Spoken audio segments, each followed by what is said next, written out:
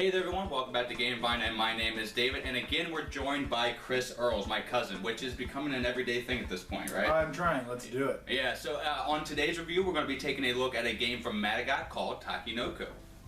And Takenoko is a game that has dice and... It also has tiles. Yeah, it also has a little bit of set collection as well, but mainly it has a panda who loves to eat bamboo. But he does not know Kung Fu. Yeah, but he doesn't know Kung Fu. So Takenoko has an easy entry level, and it has beautiful art. I mean, amazing art. One of the best illustrated games I have on my shelf, and that is just the art. So the components are pretty good as well. So speaking of which, let's show you those components and show you how to play.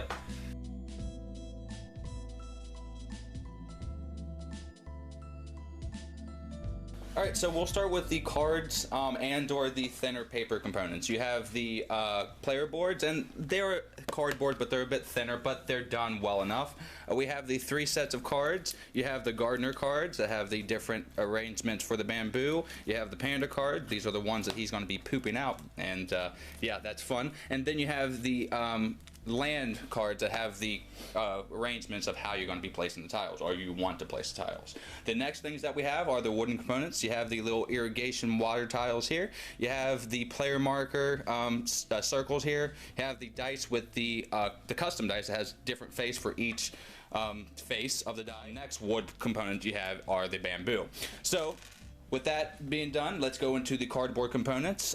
We have the tiles. They're very thick, they're beautiful, they have 3 different colors on them, and they have different special abilities, which I'll get into a little later. Pink, green, and yellow. The last cardboard component we have here are the special markers, and you're going to be putting these on tiles to up the powers of said tile. And the last thing that we have are the cute figurines. First, I mean, the gardener's kind of cute, right? But the panda is what we're after. So look at him. He's nicely painted, very nicely done, has the border green. I mean, that is what you're buying the game for. One thing I do want to note, though, my gardener's arm came off. But that doesn't really mess with the integrity of the game. Now let's show you how to play the game. So in the start of the game, we have it set up for 2 players, and the objective of the game is to complete 9 goal cards, which you're going to be setting up right now. You'll set up each player with 3 different goal cards, 1 of each, a purple, a blue, and a red, or they translate to a panda, a landmark, and or a gardener card. And then you'll grab your set of flowers. Now you're going to have 2 different actions, and that is what these represent. So I picked yours for you, and I'm picking these for me. So now you have the players set up. Now you just want to put the panda and the gardener on the center pond tile.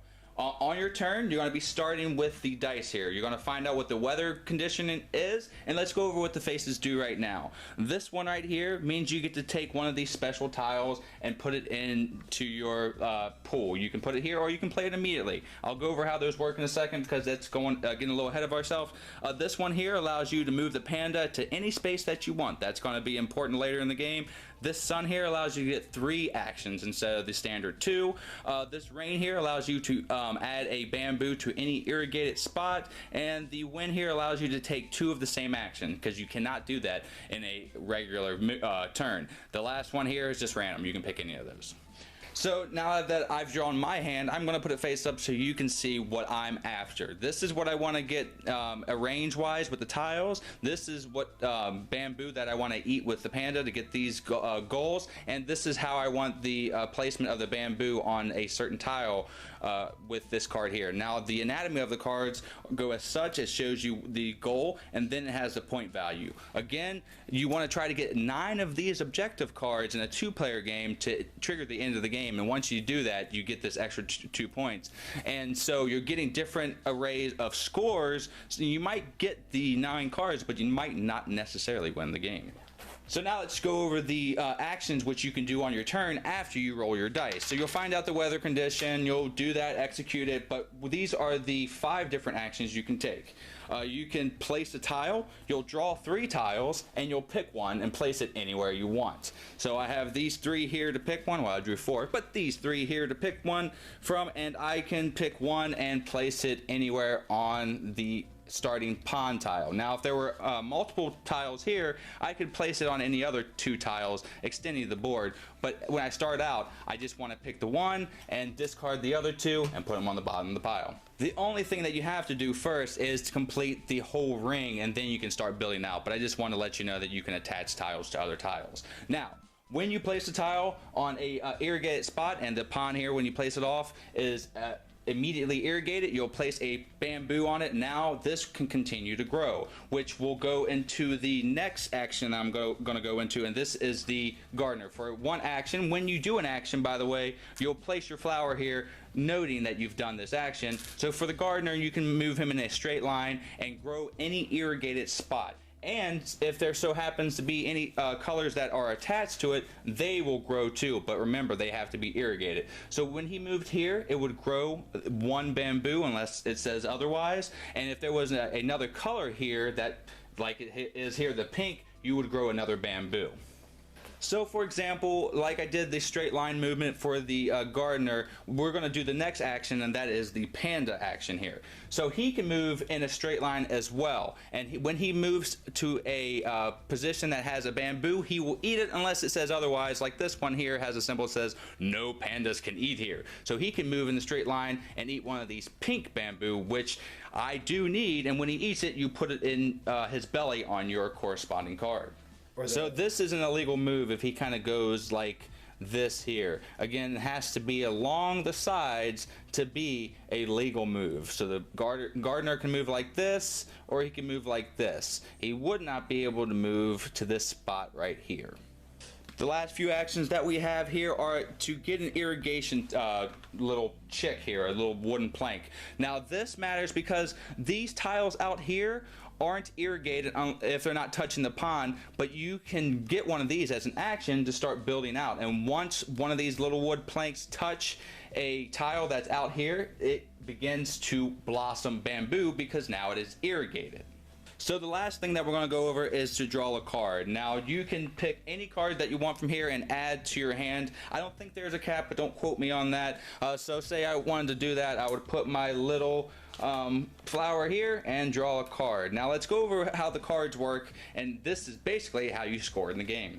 So this is how you score the gardener cards. You have to have this arrangement on the board, and once it happens, you immediately play it face down in front of you. So again, these would be hidden. Now I have 5 points, and I'm one card closer to that 9 card objective goal. There are different gardener cards. Let's go. This one means I have to have a 4 sprout of bamboo on a tile that has this irrigated sign on it. Now some of them do have it on there generally, but you can get those special ones like from the dice there, and that's the only way you can get them, and you can place them on a tile that doesn't have anything on it. Remember, that rule is very important. Can't have bamboo, and it can't have a double power, but you can place it on this one here. So I would do that. I would actually have to do it on this yellow one, get 4 sprouts of bamboo there, then I would score this one, bam, I'm done. This one is the same with the green, and it continues to go on like that. There are other ones that have multiple stocks there, like this one and that one. The next card that we're going to go over are the panda cards. Now this one here, I just have to eat 3 different colors, and once I've done that, I will poop them out, and I will retrieve my cards. I'll put it in front of myself, poop these out, discard them, and they're gone. And they have different ones here that have doubles and multicolors, though the highest one that you can get is the multicolor one, which is 6. The next card that we have here, which is basically the last one, and these are the plot cards. Now this configuration has to be on the board and irrigated. So let's see if we can find one here that's already made. This one here, the yellow one's made right here. Now it's not irrigated because these two aren't, but once this would happen, let's see, that one's irrigated, and well, this one is irrigated, so it's heading there. So once that happens, you place this in front of you and you get 3 points. Though I don't think the plot cards are really worth it because the scores on them are pretty low. So you'll continue to do this process, rolling the die, doing your 2 actions. Remember, you can only do 1 of each action unless something says otherwise, and then you will pass the turn trying to complete your goal of 9 objective cards, or different numbers and different number of players. The one thing I did want to note though is the bamboo cannot grow over 4 sprouts, so that is as high as it can go. The other things that I did want to mention are the special abilities. I did go over the irrigation and the panda thing here, so basically this one is self-explanatory. Pandas cannot eat on this space, which might come in play when you're trying to complete the gardener cards. This one means this is a fertile ground, so when the gardener moves to the tile, it instead will grow 2 different bamboos. So like that, and that. So that is the other special tile. This one is the irrigation tile, which means this one is by itself here, but it is irrigated because it has that spot. So normally you wouldn't sprout a bamboo there, but in that case you would. But remember some of the nuance rules of that. The configuration here cannot be represented by one of these irrigation tiles. You still would have to irrigate this normally. So with all that being said, now let's go into what we think about this game and give it a grade. Let's go. So that was Takenoko, and as we always do here on GameVine, I'm going to be giving this game a percentage or a letter grade. Now, I'm going to hold my opinion until Chris gives his first. So, what do you think about this game? And you can score it however you want. I mean, you've been on here enough. You already know what to do. Thumbs up. I should have a score by now, right? You're good. So I don't, but this is definitely a fun game for me. I do like playing it. It's a fun game for family members that don't usually play games. I can bring this and to get them into it. Setup might take a little bit longer, and the components with everything that's involved do seem a little complicated. yeah, But it's not. Yeah. It really isn't, but it seems that way. it's a lot to really visually take in because of the art and all the the amazing prissy artwork in it. components. Yeah. But what do you think about this game? Do you like it? Yeah, I think it's a great game. Yeah, and definitely. It has an entry level that's Yes. really easy, like Easy. you said. Right. And so, what are you going to be giving this game? You're going to give it? I'm just gonna give it a thumbs up. A thumbs up? Yeah, I'll give it a thumbs up. So, who would you recommend this game for? Like gamers, like families, and that's gamers or anybody that hasn't. I have 2 stepdaughters that I would probably play this game with, and they don't usually play a lot of board games, but I think they would really love it. The Q factor is dude, it's out the of this world. those little components of the panda and the farmer, the artwork. I don't know if you were able to get details on there. The artwork on them is amazing. Yeah, and you're not an artwork especially guy. especially on the tiles. All the artwork in this entire game is amazing. So I mean with that being said, yeah, I'm going to be giving this game a high praise as well. An 82% is what I settled on, which was a B.